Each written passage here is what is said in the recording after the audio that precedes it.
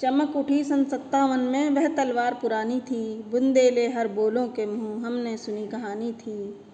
खूब लड़ी मर्दानी वह तो झांसी वाली रानी थी।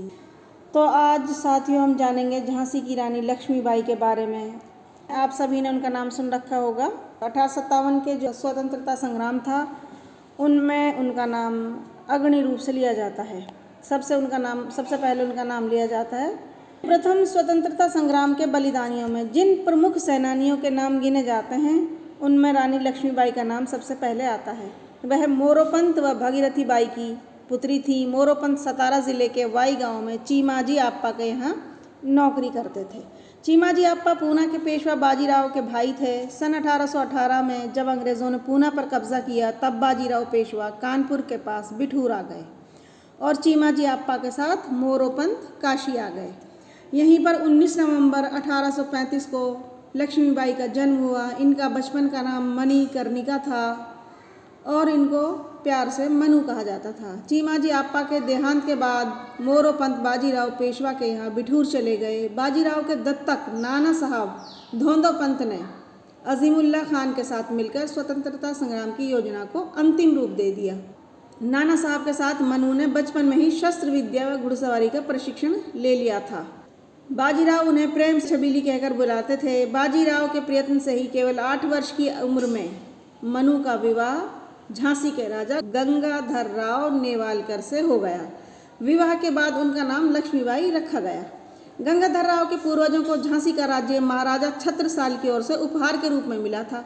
सन 1851 में 16 वर्ष की आयु में लक्ष्मीबाई को पुत्र रत्न की प्राप्ति हुई, लेकिन वह ज़्यादा दिनों तक जीवित नहीं रह सका। इस आघात को गंगाधर राव सहन नहीं कर पाए और वो बीमार पड़ गए और कुछ समय पश्चात ही उनकी मृत्यु हो गई। 21 नवंबर 1853 को गंगाधर राव का देहांत हो गया।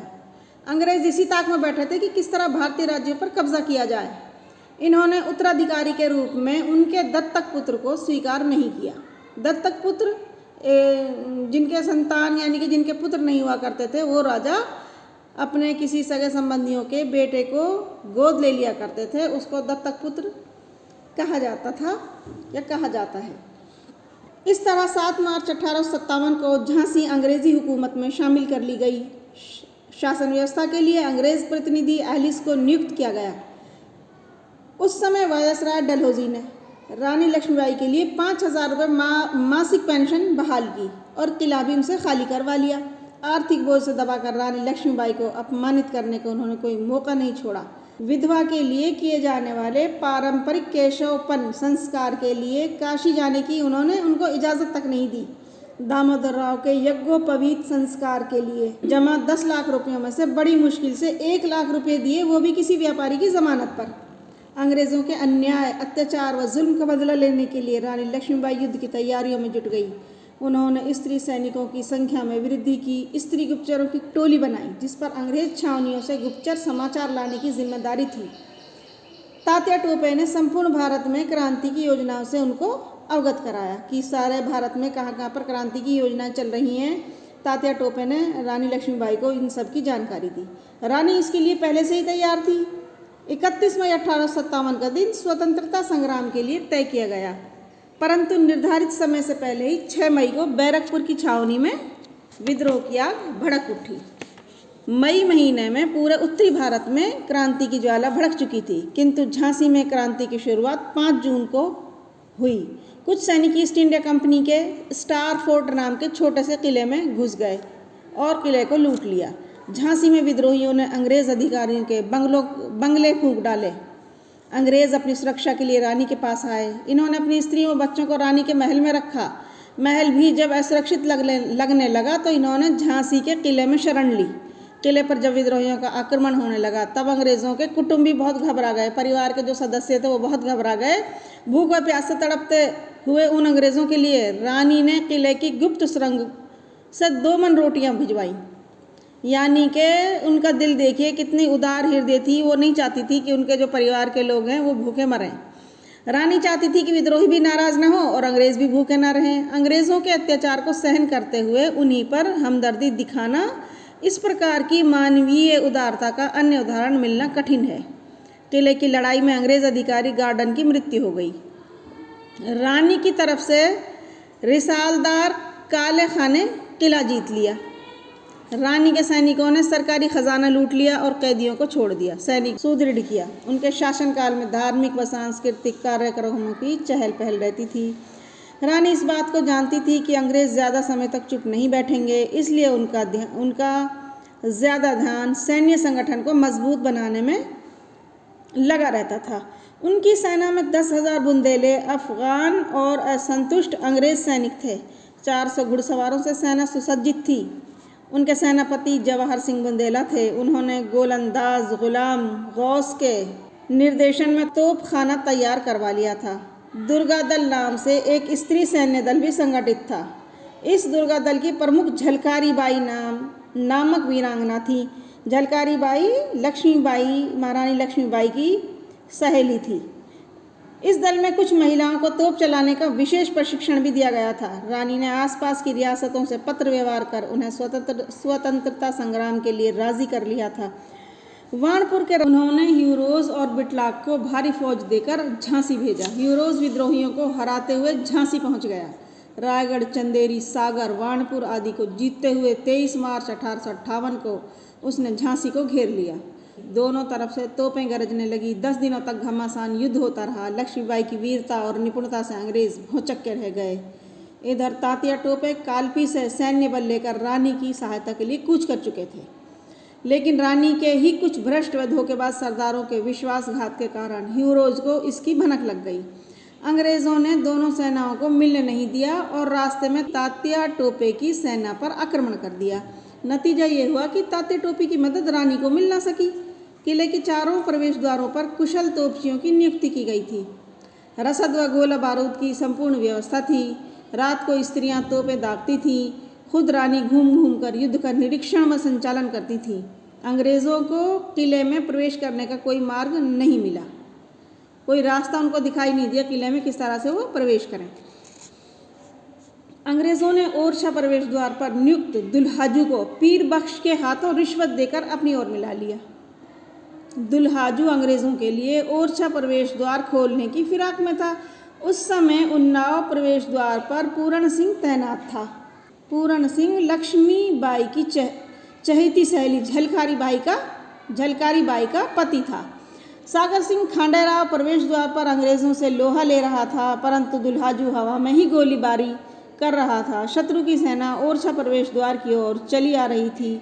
सेना के पास आते ही दुल्हाजू ने प्रवेश द्वार खोल दिया और जैसे ही प्रवेश द्वार खोला, अंग्रेज़ किले में पहुंच गए।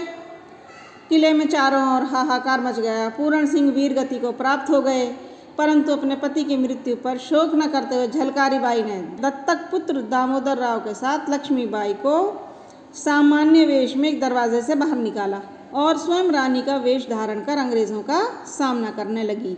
उसका उद्देश्य था कि रानी को अपनी हिफाजत करने का ज़्यादा से ज़्यादा समय मिल सके, वो अंग्रेज़ों की पहुंच से ज़्यादा दूर जा सकें। इस तरह अंग्रेज़ों को उन्होंने रोके रखा।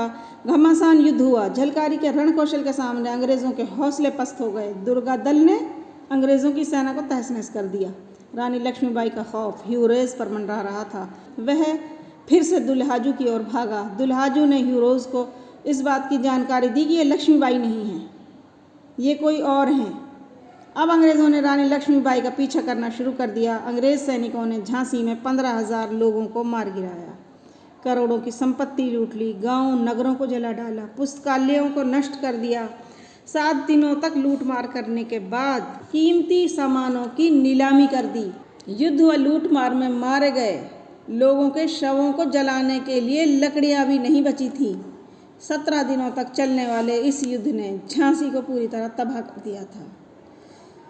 उधर रानी लक्ष्मीबाई दुर्गम मार्गों से जा रही थीं। जल्दी ही उन्हें कालपी पहुंचना था। भागते हुए उन्होंने नदी पार की और एक ही रात में वह कालपी पहुंच गईं। नाना साहब के छोटे भाई राव साहब पेशवा और तात्या टोपे ने उनका स्वागत किया। ये लोग कालपी छोड़कर आगे बढ़ गए। तब तक अंग्रेज सेना कालपी पहुंच गई थी। उन्होंने कालपी में बहुत लूटमार की। ग्वालियर के राजा सयाजीराव शिंदे व उनके दीवान ने अंग्रेज़ों के सामने घुटने टेक दिए, परंतु ग्वालियर की प्रजा ने व सेना ने रानी लक्ष्मीबाई का स्वागत किया। इधर ग्वालियर में राव साहब पेशवा ने अपना राज तिलक करवाया। उधर रानी लक्ष्मीबाई अपने सरदार व स्त्री सैनिकों के साथ मिलकर युद्ध की तैयारी कर रही थी। रानी ने आसपास के ठिकानों का जायजा लिया ताकि संकट के समय बचा जा सके। हीरोज विशाल सेना लेकर ग्वालियर आ पहुंचा। मुरार में उसकी मुठभेड़ तात्या टोपे से हुई। लक्ष्मीबाई घोड़े पर बैठकर इस स्फूर्ति से तलवार चला रही थीं कि अंग्रेज भी देखकर भौचक्के रह गए। उनको पीछे हटना पड़ा। मुरार में उसकी मुठभेड़ तात्या टोपे से हुई। लक्ष्मीबाई इस लड़ाई में इतनी फुर्ती से और ताकत के साथ तलवार चला रही थी कि अंग्रेज भी देखकर दंग रह गए। उनको पीछे हटना पड़ा, लेकिन 18 जून को अंग्रेज़ों ने रानी को चारों ओर से घेर लिया। फिर भी वे काशी और सुंदर नामक अपनी सहेलियों के साथ अंग्रेज़ों से जूझती रहीं। रानी लक्ष्मीबाई की तलवार के सामने जब अंग्रेज़ों की एक ना चली, तब उन्होंने तोपों से हमला करना शुरू कर दिया और इस हमले में उनके घोड़े की एक टांग टूट गई। अब उनको अपना घोड़ा छोड़ना पड़ा। उन्होंने एक दूसरे अड़ियल घोड़े का सहारा लिया। रानी के अधिकतर कुशल सैनिक तोपों की आग की बलि चढ़ चुके थे। फिर भी रानी वीरतापूर्वक लड़ती रहीं, साथ ही निराश होते सैनिकों के पास आकर उनमें जोश भी भरती रही। रानी जब विश्राम करने के लिए अपने तंबू में पहुंची तो वहां भी अंग्रेज सैनिक आ धमके। रानी घोड़े पर बैठकर दोनों हाथों से तलवार चलाती हुई अपना बचाव करती हुई अंग्रेज सैनिकों के बीच से निकलने में कामयाब हो गई। रास्ते में बड़ा नाला था और घोड़ा नया था, वह बीच में ही फंस गया। तब तक अंग्रेज भी रानी के पास पहुंच चुके थे। उन्होंने लक्ष्मीबाई पर गोलियां बरसानी शुरू कर दी। एक गोली उनके पैर के ऊपरी भाग में लगी, जिससे वे घायल हो गईं। फिर भी उन्होंने एक अंग्रेज सैनिक को वहीं ढेर कर दिया। इतने में एक अंग्रेज सैनिक ने तलवार से लक्ष्मीबाई के सिर पर वार किया। उसी समय रानी के सिर का दाहिना भाग व आँख शरीर से अलग हो गए। इस घायल अवस्था में भी रानी ने एक अंग्रेज सैनिक को मौत के घाट उतार दिया। अब रानी ने रणचंडी का रूप धारण कर लिया था। उसने चारों ओर तलवार घुमानी शुरू कर दी। अंग्रेज सैनिक पीछे हट गए। 18 जून 1858 का वह दिन जब रानी लक्ष्मीबाई आखिरी सांस तक अंग्रेज़ों से लड़ती रही और अपने देश की रक्षा के लिए और आज़ादी के लिए उन्होंने अपने प्राणों को बलिदान कर दिया। भारत के अनेक वीर क्रांतिकारी देश की खातिर बलिदान हो गए। कुछ नाम शेष रह गए तो कुछ अज्ञात रहे, लेकिन खूब लड़ी मर्दानी में तो झांसी वाली रानी थी। बुंदेले हर बोलों के मुख हमने सुनी कहानी थी। इसी गीत के रूप में आज भी रानी लक्ष्मीबाई अजर और अमर हैं।